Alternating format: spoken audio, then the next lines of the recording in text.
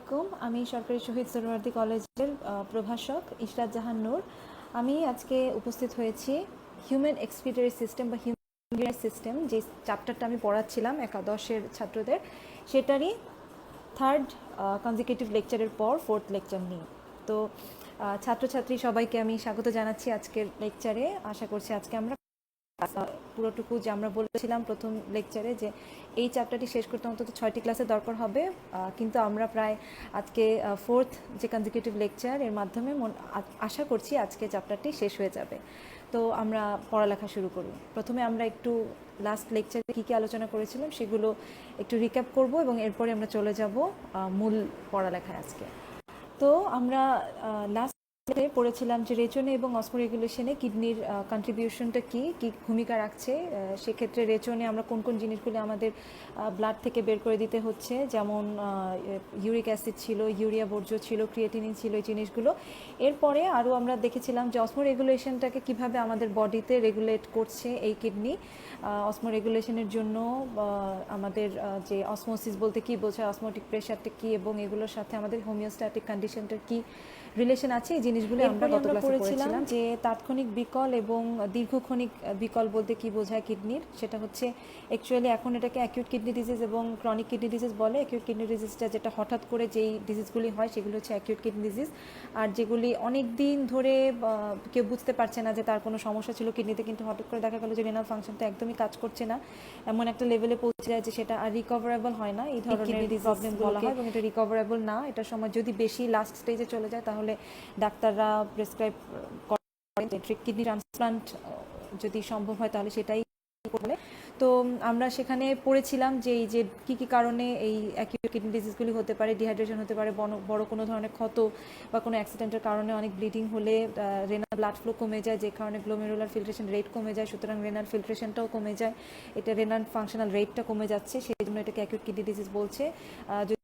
Acute pancreatitis হয় এবং অনেক ধরনের এরকম অনেক কিছু বলেছিলাম। এখানে আরেকটা জিনিস মনে হয় গত ক্লাসে বলা হয়নি, সেটা হচ্ছে রক্তচাপের যে ওষুধ এসিই ইনহিবিটর। এই এসিই ইনহিবিটরটা অনেক দিন ধরে খেতে থাকলে কিভাবে সেটা রেনাল ফাংশনটাকে সমস্যা করে, সেটা আমরা যখন হরমোনাল ক্রিয়া করব তখন আমরা বুঝতে পারব। কিডনি বিকলের যে কারণগুলি, যে এই ধরনের রেনাল ফাংশন যখন ভালোভাবে হচ্ছে না বা কারণগুলি কী কী, এখানে যে কারণগুলি বলা আছে এবং লক্ষণগুলি অতি অল্প ঘন, যে আমরা বলেছিলাম যে ইউরিন হবে, অথবা যদি ব্লাড টেস্টে দেখা যায় যে নাইট্রোজেনাস ওয়েস্টগুলো ব্লাডে রয়ে যাচ্ছে এবং যৌগগুলো খুব বেশি পরিমাণে এখনো ব্লাডে রয়ে গেছে, তার মানে ব্লাডটা ভালো করে ফিল্টার করা হচ্ছে। তারপরে পেইনের কথা লক্ষণগুলি গত ক্লাসে কি পড়ানো হয়েছে। তো যেহেতু তোমরা সৃজনশীল প্রশ্নের উত্তর ক্রিয়েটিভ কোয়েশ্চেনই তোমার দোস্ত, এবং ক্রিয়েটিভ কোয়েশ্চেনের জন্য তোমাদেরকে এই কিডনি ড্যামেজ বা কিডনি ফেলিওর বা অ্যাকিউট কিডনি ডিজিজ বা ক্রনিক কিডনি ডিজিজের জন্য কী ধরনের ট্রিটমেন্ট আছে সেটা তোমাদের বই অল্প করে দেওয়া আছে। সেটা হচ্ছে আমি গত ক্লাসেই বলেছিলাম যে ডাক্তাররা যদি দেখে যে রেনাল ফাংশন ঠিকমতো করছে না, ইনিশিয়াল স্টেজে থাকে, হয়তো সেরকম কোনো কিছুই বলবে না, কিছু প্রোটিন হতে পারে, যাদের ইউরিক অ্যাসিডের সমস্যা থাকবে তাদের পিউরিন রিচ ফুডগুলি খেতে মানা করবে, অথবা এমনও হতে পারে যে ফ্লুইড ইনটেকটা একটু লিমিটেড করে দিল। এটা যদি খুব বেশি সমস্যা হয় সেক্ষেত্রে এই ডায়ালাইসিসটা দিয়ে দিবে। ডায়ালাইসিস দুই ধরনের তোমাদের বইতে দেওয়া আছে, একটা হিমোডায়ালাইসিস আর একটা পেরিটোনিয়াল ডায়ালাইসিস। আমরা আজকে এটার প্রিন্সিপালগুলো জেনে নিব, তোমাদের খুব বেশি জানার দরকার নেই। তো আগে আমরা দেখি যে হিমোডায়ালাইসিসটা কি। তার আগে জানতে হবে যে ডায়ালাইসিসটা কি। ডায়ালাইসিসটা হচ্ছে আসলে কিডনি মানে নেফ্রন আমাদের যে কাজটা করে, গ্লোমেরুলার ফিল্ট্রেশনে যেই ব্লাডটাকে ফিল্টার করে এবং গ্লোমেরুলার ফিল্ট্রেট তৈরি করে, সেই গ্লোমেরুলার ফিল্ট্রেটটা যেমন পরবর্তীতে রেনাল টিউবিউলে গিয়ে রিঅ্যাবজর্পশন এবং সিক্রেশন হয়, এবং সেখানে আরও কিছু আয়ন সিক্রেশন, ক্যাটায়ন আয়নের কিছু বায়োকেমিক্যাল রিয়াকশন হয়, এবং কন্ডাক্টিভ কালেক্টিং ডাক্টে গিয়ে যেভাবে ওয়াটার কনজারভেশনটা হয় এর মাধ্যমে আমাদের বডিতে ফ্লুইড ব্যালেন্সটাকে মেনটেন করে এবং একটা হোমিওস্ট্যাটিক স্টেবিলিটি বজায় রাখে। যখন কিডনি করতে পারে না তখন সেটার কাজ ডায়ালাইসিস করে। দেয়া আছে যে ঝিল্লির ভিতর দিয়ে নির্বাচনমূলক ব্যাপন প্রক্রিয়া কোনো দ্রবণের কলয়েডাল পদার্থ থেকে দ্রবীভূত পদার্থের পৃথকীকরণ, অর্থাৎ এই যে আমাদের ব্লাডটা রেনাল ঠিকভাবে রেনাল ফাংশন যেহেতু ফিল্ট্রেশনটা ঠিকমতো হচ্ছে না, এই জন্য ফিল্ট্রেশনটা ব্লাডটাকে বাইরে এনে একটা যন্ত্রকে ফিল্টার করে আবার সেটাকে আমাদের ডায়ালাইসিস। তো আমরা দেখে নেই যে ডায়ালাইসিস কয় ধরনের। ডায়ালাইসিস দুই ধরনের, হিমোডায়ালাইসিস এবং পেরিটোনিয়াল ডায়ালাইসিস। তোমাদের যে বয়স এবং পড়ালেখা, এটা তো আর ডাক্তারি পড়া না, তো যতটুকু দরকার ততটুকুই আমি বলছি। হিমোডায়ালাইসিসটা আসলে ব্লাডটাকে, আমি বলেই দিলাম যে হিমোডায়ালাইসিস যেটা, সেটা হচ্ছে ব্লাডটাকে বাইরে নিয়ে এসে সেই ব্লাডটাকে আবারও ফিল্টার করে আবার দেহে ফেরত দেওয়ার। হিমোডায়ালাইসিসে দেখো খুব সুন্দর করে বইতে দেওয়া আছে যে এই প্রক্রিয়ার শুরুতে কিছু যন্ত্রপাতি ও টিউবের সমানে কৃত্রিম বৃক্ক নির্মাণ করা হয়। অর্থাৎ এখানে যে একটা ছবি দেখা যাচ্ছে, এটাই হচ্ছে সেই মেশিনটা যেখানে ব্লাডটা প্রবেশ করানো হবে এবং এক ধরনের ডায়ালাইসেট থাকে, এখানে ওই সলিউশনটা থাকে, যে সলিউশনটা থেকে রিঅ্যাবজর্পশনটা হবে এবং ব্লাডটা ফিল্টার্ড হয়ে যাবে, যা রিঅ্যাবজর্বড হবে, সিক্রেট হওয়া, ফিল্টার্ড হয়ে ব্লাডটাকে আবার আমরা পেশেন্টের বডিতে সেটাকে ফেরত বলা হচ্ছে হিমোডায়ালাইসিস। তো আমরা দেখে নিই হিমোডায়ালাইসিসের প্রিন্সিপালটা আসলে কি। হিমোডায়ালাইসিসের প্রিন্সিপালটা হচ্ছে এই যে এখানে একজন মানুষ, রেনাল ফাংশন ঠিকমতো হচ্ছে না, তো আমরা এই যে এখানে যে একটা বক্স দেখা যাচ্ছে, এটা আসলে মেশিনটা, এখানে ব্লাডটাকে প্রবেশ এবং এই ডায়ালাইসিসের সলিউশন আছে, যে সলিউশনটি সিক্রেশনটা এবং রিঅ্যাবজর্পশনটা হবে। তো এই ডায়ালাইসিসটা এই টিউবের মুখী এখানে চলনের সময় এই যে এখানে হলুদ একটা টিউবের মতো দেখা যাচ্ছে, এখানে একটা ঝিল্লি থাকে, যে ঝিল্লিতে অনেকগুলি ছোট ছোট ছিদ্র থাকে এবং এর এই ফিল্ট্রেশনটা হয়ে যায়। আমরা দেখাচ্ছি, মোশনটা একটু দেখাই যে কিভাবে হচ্ছে। এই যে ব্লাডটা বডি থেকে চলে গেল এই ডায়ালাইসারের ভিতরে, যেখানে ব্লাডটা যাবে সেটা ডায়ালাইসার, এবং ডায়ালাইসার থেকে দ্রবণটি চলে আসছে এই যে এভাবে ঠিক বিপরীতমুখী হয়ে আবার সেটা পাম্প করে চলে যাচ্ছে। তো এখানে দেখা যাচ্ছে যে হেপারিন পাম্প বলে এখানে একটা পাম্প আছে। এটা আসলে আমরা জানি যে আমাদের ব্লাড যখন ভেসেলের ভিতর থাকে তখন ক্লট করে না। কেন ক্লট করে না? কারণ তখন হেপারিন নামক একটি উপাদান থাকে যেটি ব্লাডের ফ্লোটাকে ক্লটিং করতে দেয় না, ক্লটিং ফ্যাক্টরগুলো কাজ করে না তখন। তো এইভাবে ব্লাডটা ফিল্টার হয়ে গেল এবং ব্লাডটা এরপরে এই জায়গা দিয়ে আবারও এই টিউব হয়ে সেই রোগীর দেহে ফেরত যাবে। এটাই হচ্ছে হিমোডায়ালাইসিসের প্রিন্সিপাল। এবার আমরা চলে যাচ্ছি, দেখা যাচ্ছে এবার আমরা চলে যাচ্ছি পেরিটোনিয়াল ডায়ালাইসিস। এখানে পেরিটোনিয়াম, আমরা জানি যে আমাদের বডি ক্যাভিটির যে লাইনিংটা থাকে সেটা হচ্ছে পেরিটোনিয়াম। এই পেরিটোনিয়ামের যে ঝিল্লিটা, এটাই ডায়ালাইসিসের ঝিল্লি হিসেবে কাজ করে, এই জন্য এটাকে পেরিটোনিয়াল ঝিল্লি বলছে। এখানে দুটো জিনিস থাকে, একটা থাকে ডায়ালাইসিসের দ্রবণের ব্যাগ, আর একটা থাকে হচ্ছে ড্রেনেজ ব্যাগ। এই ডায়ালাইসিসের দ্রবণের ব্যাগ থেকে ডায়ালাইসিসটি এই টিউবের মাধ্যমে এবং পেরিটোনিয়ামের যে পিয়ার্সিং করা হয় ওখান দিয়ে অ্যাবডোমিনাল ক্যাভিটিতে প্রবেশ করানো হয় ডায়ালাইসিসটা, এবং ফিল্ট্রেশনের পর ড্রেনেজ ব্যাগ হয়ে চলে আসছে। এভাবে পেরিটোনিয়াল ডায়ালাইসিসটি সম্পন্ন করছে। এখন কিডনি আসলে ডাক্তাররা যদিও এটা সবচেয়ে ভালো বলতে পারবে, বাট তোমাদের বইয়ে দেওয়া আছে যে বৃক্ক প্রতিস্থাপনের যে ব্যাপারটা, যদি কিডনি কোনোভাবেই আর কাজ না করে এবং ডায়ালাইসিসেও কোনো কাজ না হয় এবং ডায়ালাইসিসটাও বারবার গিয়ে কষ্টসাধ্য হয়ে যায়, তখন কিডনি ট্রান্সপ্লান্টের একটা অপশন থাকে। তোমাদের পরীক্ষায় যখন সৃজনশীল প্রশ্ন আসবে, যে ধরে নেওয়া যাক এরকম একটা প্রশ্ন আসলো যে অমুক কোনো মানুষের অনেক দিন ধরে অনেক কনসেন্ট্রেটেড ইউরিন হচ্ছে, বা ব্লাড টেস্ট করে দেখা যাচ্ছে যে নাইট্রোজেনাস ওয়েস্টগুলো ব্লাডে থেকে যাচ্ছে, ঠিকমতো ফিল্ট্রেশন হচ্ছে না, সেক্ষেত্রে এটি কোন অঙ্গের সমস্যা?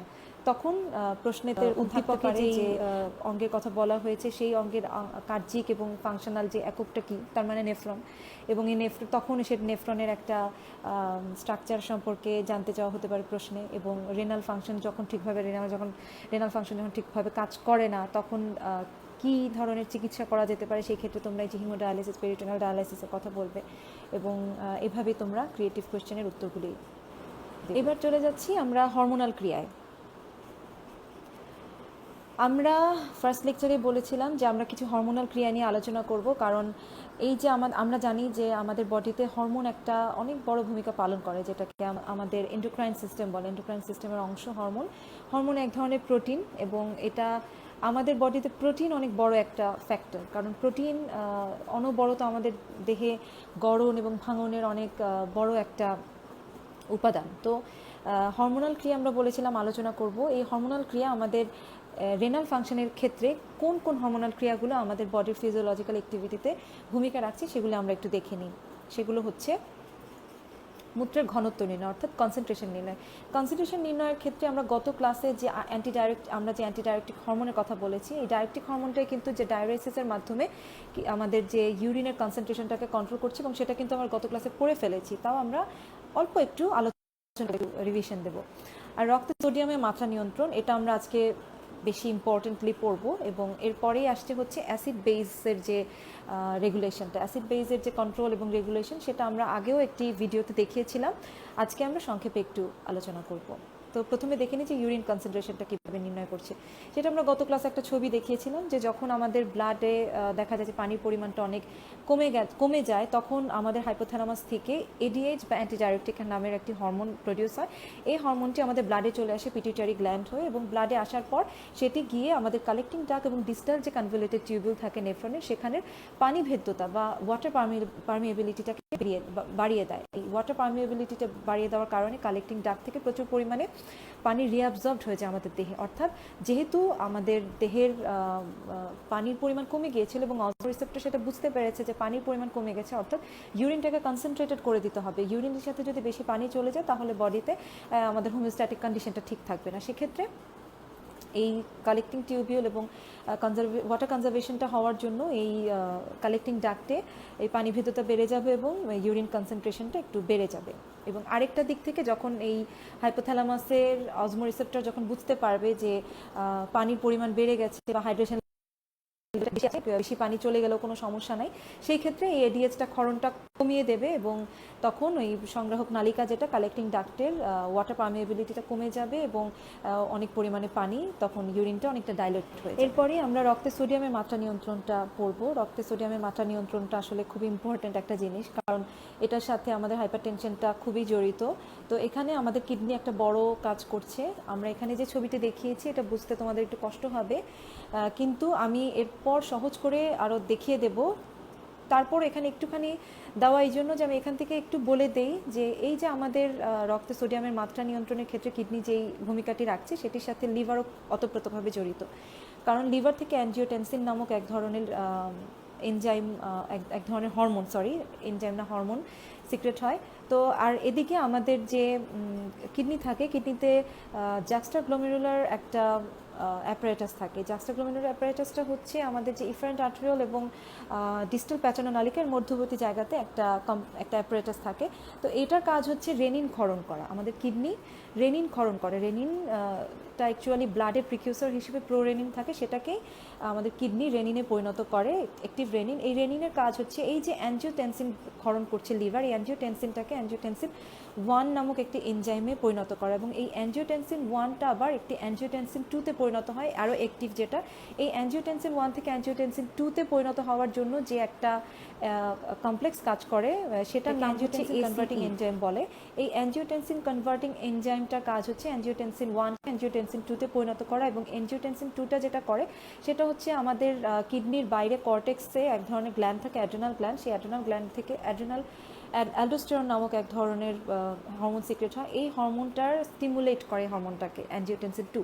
অ্যাঞ্জিওটেনসিন 2-র স্টিমুলেশনেই অ্যালডোস্টেরন সিক্রেট হয়, এবং এই অ্যালডোস্টেরনটা আমাদের ডিস্টাল প্যাচানোনালিকাতে প্রয়োজন অনুযায়ী এই সোডিয়াম বা পটাশিয়াম যে লবণই হোক সেটার রিঅ্যাবজর্পশন বা সিক্রেশনটাকে বাড়িয়ে দেয়। এটা বুঝতে হবে যে শরীরের কন্ডিশন অনুযায়ী যদি দেখা যায় ব্লাড প্রেশার কমে গেছে, সেই ক্ষেত্রে আমাদের দরকার রিঅ্যাবজর্পশন, সো তখন সেটা রিঅ্যাবজর্বড হয়ে যাবে। আর যখন ব্লাড প্রেশার ফল করবে তখন সেটা আমাদের ব্লাড প্রেশার বেড়ে যাবে, তখন আমাদের সিক্রেট করতে হবে। সো এইভাবে এই জিনিসটাকে কন্ট্রোল করছে। আমরা একটু দেখে নিই আর একটু সহজভাবে। এখানে আমি দেখিয়েছি যে ব্লাড প্রেশার যখন ফল করে তখন কী হয়। ব্লাড প্রেশার ফল করলে এখানে এই যে প্রথমে কিডনির থেকে সিক্রেট করবে এই সেই সেটা প্রোরেনিনকে রেনিনে পরিণত করবে, সেই রেনিন অ্যাঞ্জিওটেনসিনোজেনকে অ্যাঞ্জিওটেনসিন 1-এ পরিণত করবে, অ্যাঞ্জিওটেনসিন 1 অ্যাঞ্জিওটেনসিন 2-তে পরিণত করবে, এসিই যেটাকে আমরা বলছিলাম যে অ্যাঞ্জিওটেনসিন কনভার্টিং এনজাইম। এই অ্যাঞ্জিওটেনসিন 2টা অ্যালডোস্টেরনকে স্টিমুলেট করবে এবং তার মাধ্যমে increase of reabsorption of sodium in renal tubules হবে। অর্থাৎ রেনাল টিউবিউলসে এটা রিঅ্যাবজর্ব হবে না সিক্রেট হবে, সেটা ডিপেন্ড করবে আমাদের ব্লাড প্রেশারটা ফল করলো না ব্লাড প্রেশারটা বেড়ে গেল সেটার উপরে।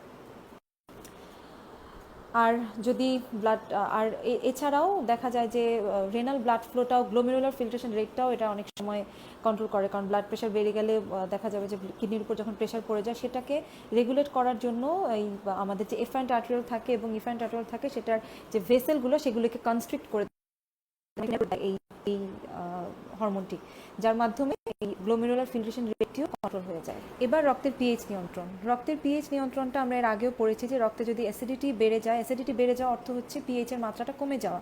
আমাদের বডিতে পিএইচ এর মাত্রা বেড়ে যাওয়ার থেকে বেশিরভাগ সময় কমেই যায়, কারণ হচ্ছে আমরা প্রতিনিয়ত গ্লাইকোলাইসিসের মাধ্যমে বা আমাদের যে সেলুলার যে রেসপিরেশন হচ্ছে, সেলুলার রেসপিরেশনের কারণে আমাদের গ্লাইকোলাইসিসে কার্বন ডাইঅক্সাইড এবং শক্তি উৎপন্ন হচ্ছে এবং পাইরুভেট উৎপন্ন হচ্ছে এবং কার্বন ডাইঅক্সাইড উৎপন্ন হচ্ছে। এই কার্বন ডাইঅক্সাইডটা আমাদের অ্যাসিডিটিটা বাড়িয়ে দেয় ব্লাডে। তো এই আমরা জানি যে কার্বন ডাইঅক্সাইডের গ্যাসিয়াস যে ট্রান্সপোর্টেশন, এই ব্লাডে গ্যাসিয়াস ট্রান্সপোর্টেশনটা কার্বন ডাইঅক্সাইডের কীভাবে হয়, নর্মালি কিছু অংশ কার্বনিক অ্যাসিড হিসেবে হয়, কিছু অংশ কার্বোঅক্সি হিমোগ্লোবিন এবং কার্বোমিনোপ্রোটিন হিসেবে হয়। এছাড়াও বাইকার্বনেট হিসেবেই প্রায় 65% আমাদের এই কার্বন ডাইঅক্সাইডটা ট্রান্সপোর্টটা হচ্ছে আমাদের ব্লাডে। আর সেখানে এই বাইকার্বনেটটা কিন্তু সোডিয়াম বাইকার্বনেট অথবা পটাশিয়াম বাইকার্বনেট যে কোনো এক রক্তকণিকায় পটাশিয়াম বাইকার্বনেট হিসেবে এবং ব্লাড প্লাজমায় সোডিয়াম বাইকার্বনেট হিসেবে হচ্ছে, কারণ সোডিয়াম দ্রবীভূত হয় ইয়েতে ব্লাড প্লাজমায়। তো এখানে আমরা ক্লোরাইড শিফটেরও অনেক ব্যাপার স্যাপার জানি, যেটা আসলে রেসপিরেশনের ব্যাপার, কিন্তু আমাদের কিডনি কিভাবে এই পিএইচটা রেগুলেট করছে সেটার হচ্ছে আমরা জানি কিডনি সিক্রেট করে হচ্ছে হাইড্রোজেন আয়নটাকে সিক্রেট করে হচ্ছে, সিক্রেশন হবে কি হবে না বা রিঅ্যাবজর্পশন হবে বা সিক্রেশন হবে সেটা ডিপেন্ড করছে আমাদের বডির পিএইচ লেভেলের উপরে। সাধারণত যে সিক্রেশনই হয়, সিক্রেশন হয় এটা আমাদের পিএইচ টাকে একটা ন্যারো রেঞ্জ থাকে, আমরা জানি 7.35 থেকে 7.45 এর মধ্যে রাখার জন্য। তো যদি দেখা যায় যে বডির পিএইচ কোনো কারণে কমে যাওয়া মানে অ্যাসিডিটি হচ্ছে, তো রক্তের এই অ্যাসিডোসিস যেন না হয় সেটা নিয়ন্ত্রণ করবার জন্য কিডনি করে কি তখন আমাদের ব্লাড থেকে পেরিটিউবুলার ক্যাভিটি বা মেইন ব্লাড স্ট্রিম থেকে এই কিডনিতে হাইড্রোজেন আয়নটা সিক্রেট হয় এবং বাইকার্বনেটটাকে শোষণ করে নিয়ে যায়। আর বাইকার্বনেটটা আবার তখন দেখা যায় যে ব্লাডে গিয়ে যদি সোডিয়াম থেকে শেষ পর্যন্ত সেটা ফুসফুস হয়ে আমাদের নেজাল ইয়েতে বের হয়ে যায় আমাদের এক্সহেলেশনের মাধ্যমে। তো আমরা দেখে নেই কীভাবে হচ্ছে সেটা, যে রক্তে অ্যাসিডিটি যদি বেড়ে যায় সেক্ষেত্রে পিএইচটা কমে যায়, সেক্ষেত্রে হাইড্রোজেনের সক্রিয় পরিবহন বেড়ে যায় ডিস্টাল পেঁচানো নালিকাতে এবং সংগ্রহ নালিকাতে। এখানে এই যে বাইকার্বনেট হিসেবে সেই বাইকার্বনেটটা আবার আমাদের রক্তে ফেরত যাচ্ছে। এর উপর আমরা একটি ভিডিও আগের আরেকটি লেকচার 2তে দেখেছিলাম, আমার মনে হয় তোমরা যদি সেটা দেখে নাও সেটা আরও ক্লিয়ার হবে। আর তোমরা ভালো করে একটু আমাদের যে রেসপিরেশনের চ্যাপ্টারে কার্বন ডাইঅক্সাইডের একটা গ্যাসিয়াস ট্রান্সপোর্টেশনের একটা অংশ আছে। গ্যাসিয়াস ট্রান্সপোর্টেশনটা খুবই শর্ট কিন্তু খুব সুন্দর করে বুঝিয়ে দেওয়া আছে ওখানে। ওটা পড়লেই কীভাবে বাইকার্বনেট হিসেবে কার্বন ডাইঅক্সাইডটা আমাদের বডিতে ট্রান্সপোর্ট হচ্ছে এবং এই ট্রান্সপোর্টটা বাইকার্বনেটটা কি, বাইকার্বনেটের আসলে ইম্পর্টেন্সটা কী, সেই বাইকার্বনেটটা কী হিসেবে আমাদের কিডনি টিউবিউলে আসছে, এগুলো সব তোমাদের কাছে ক্লিয়ার হয়ে যাবে। আরেকটা ইম্পর্টেন্ট কথা সেটা হচ্ছে সাধারণত দেখা যায় যে রেনাল টিউবিউলে কার্বনিক এনহাইড্রেজ নামক একটা এনহাইড্রেজ এনজাইম থাকে। এই কার্বনিক এনহাইড্রেজটাই কিন্তু আসলে কার্বনিক অ্যাসিড উৎপন্ন করে, আর কার্বনিক অ্যাসিডটা খুব মাইল্ড একটা অ্যাসিড। এই মাইল্ড অ্যাসিড হিসেবেও কিন্তু আমাদের ব্লাডে কার্বন ডাইঅক্সাইডটা পরিবহন হয়। তো ব্লাডের পিএইচ কমে যাওয়ার ক্ষেত্রে অথবা অ্যাসিডিটি বেড়ে যাওয়ার ক্ষেত্রে যে একটা ইম্পর্টেন্স কার্বন ডাইঅক্সাইডের, তো কার্বনিক অ্যাসিড কীভাবে হচ্ছে বা বাইকার্বনেট হিসেবে কীভাবে রেনাল টিউবিউল এই বাইকার্বনেটটাকে আমাদের ব্লাডে আবার ফেরত দিচ্ছে, এই জিনিসটা এই পিএইচ নিয়ন্ত্রণের জন্য খুবই ইম্পর্টেন্ট। আজকে তাহলে আমরা অনেক কিছুই পড়লাম, যদিও আজকের লেকচারটা অনেক ছোট, যেহেতু আমরা আগে অনেক কিছু পড়ে ফেলেছি। আর যদি সম্ভব হয় অন্য কোনো লেকচারে ক্রিয়েটিভ কোয়েশ্চেন নিয়ে আমরা আলোচনা করব।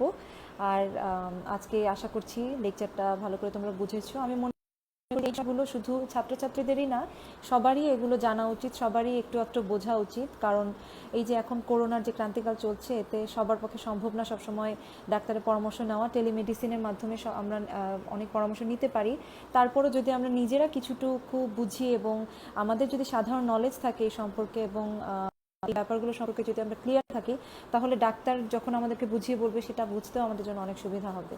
তাই এটা আমি বলবো যে শুধু ছাত্রছাত্রী না, সবারই জানা উচিত, সবারই বোঝা উচিত। এই জিনিসগুলো এতটা কঠিনও না।